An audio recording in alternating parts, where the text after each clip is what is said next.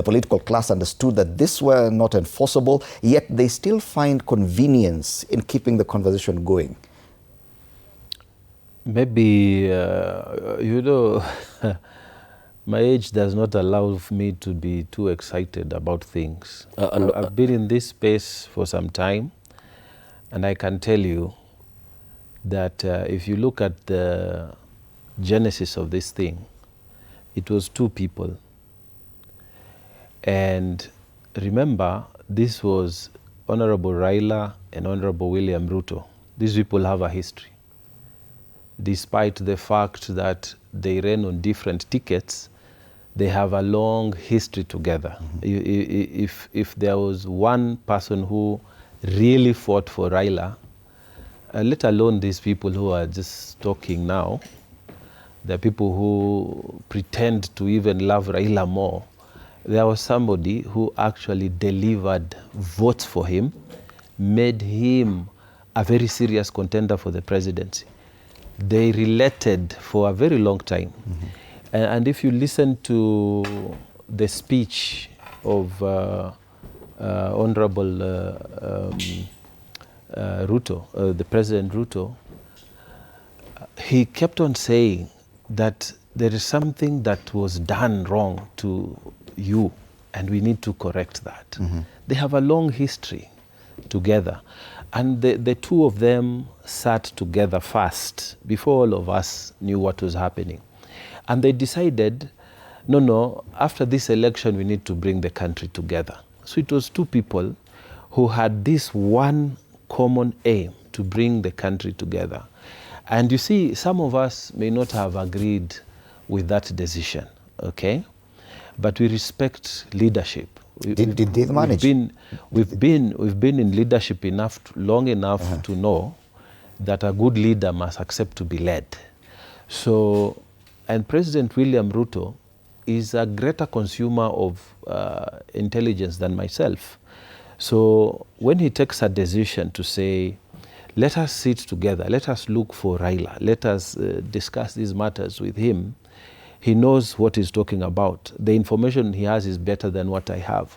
So the two of them sat together and they said, let us craft something that will bring our people together. After they are sitting together is when then NADCO, there were discussions in Parliament. There was a national dialogue discussion, okay? The national dialogue was then, it resulted in the NADCO report, okay?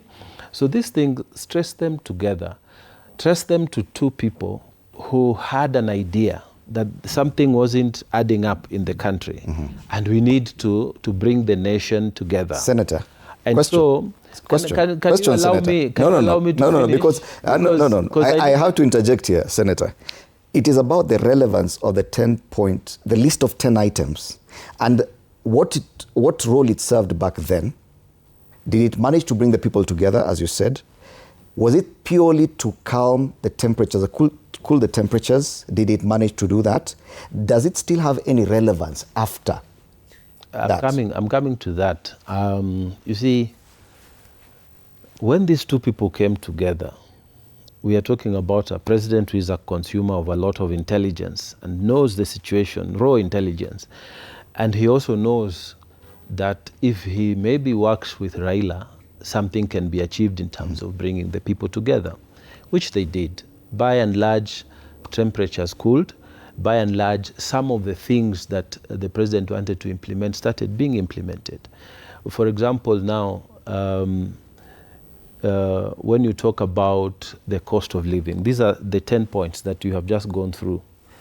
It is important for you to realize that some of the decisions that were made have helped to contain the cost of living. Cost of living, we're talking about the cost of fuel. You see, the government then had to do a G2G arrangement that controlled the price of the scarcity of the dollar at the time, which then helped us to stabilize the value of the shilling. And so, but Senator, that happened way before. Allow me, Senator. I have to correct you here because... You know the problem with you, Fred, you don't want me to talk. No. When the other people are talking... I have to clarify here because... When the other people are talking, you Senator, allow me. But when I'm talking, you are interfering all the time. Senator, allow me, because what you said, like I have to challenge what you said. Let me finish. Can I challenge what you said? No, let me finish. Let me make my point fast. The question is, Fred, let me make my point fast. Senator, allow me here. When the second time I'm allowing you. It is my job. It is what I'm paid to do, unfortunately. The issue is, there are things the president was already doing before the 10-point agenda, before the MOU with ODM. It would appear he has continued with the same. The MOU and the 10-point agenda should have marked a shift from what he was already doing. Whatever he said on Tuesday is what he had already decided he would do. The G2G came way before the MOU and the 10-point agenda, Senator. You see, the problem with you is that you're listing the same things that the president did. You're not listening to me. You're listening to yourself and trying to ask yourself a question. I'm trying to bring to you the fact that there was a historical background towards before this thing came together. And then the 10-point agenda was agreed, and then the NADCO report came. Then I'm just trying to point to you that implementation of this thing has started happening and went on to the point that it was given the report yesterday. And you don't want to mention, but you see, IEBC was one thing that Raila was very keen on, and IEBC was fixed. The cost of living, he was very keen on that. It has been controlled by and large. It wasn't spiraling the way it was before. Look at strengthening devolution.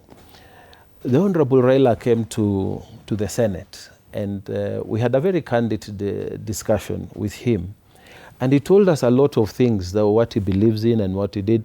But one of the most important things he said is that we must fight to ensure that counties are funded properly, which is something that all senators agree with.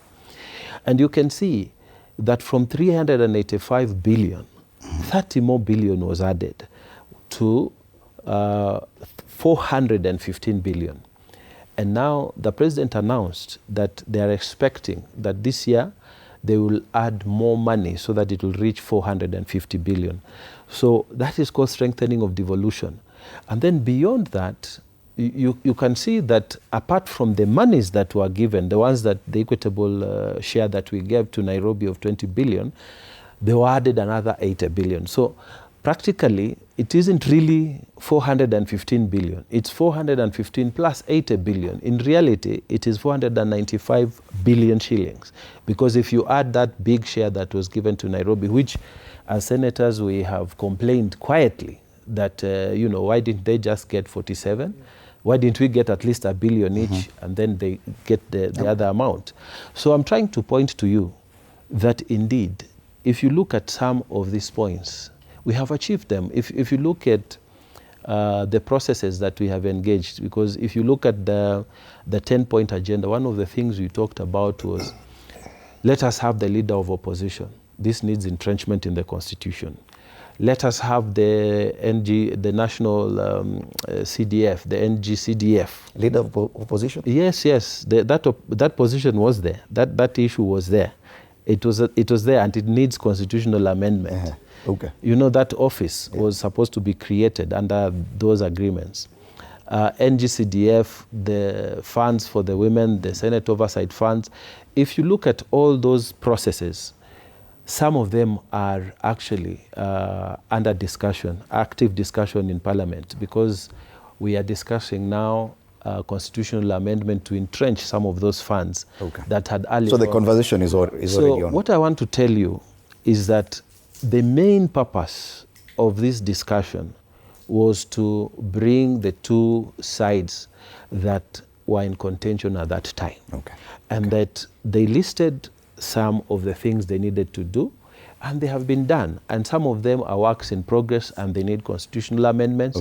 And up to now, I can tell you, we have done well.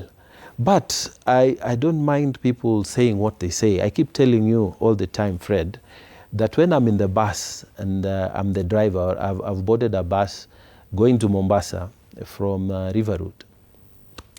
There will be many people who will be making noise there at the stage. Some they're saying, oh, we want to board. Some they'll be looking for other buses and whatever. But I will not be bothered because I'm seated on my seat and we are moving forward. So this noise is normal. It is normal, but we are moving forward. We are Allow me to welcome my other panelists. Kenyans should know we are making progress. Yes, Duncan Mathenge, MP Nyeri Town, karibu sana. It's good to have you here. We're discussing this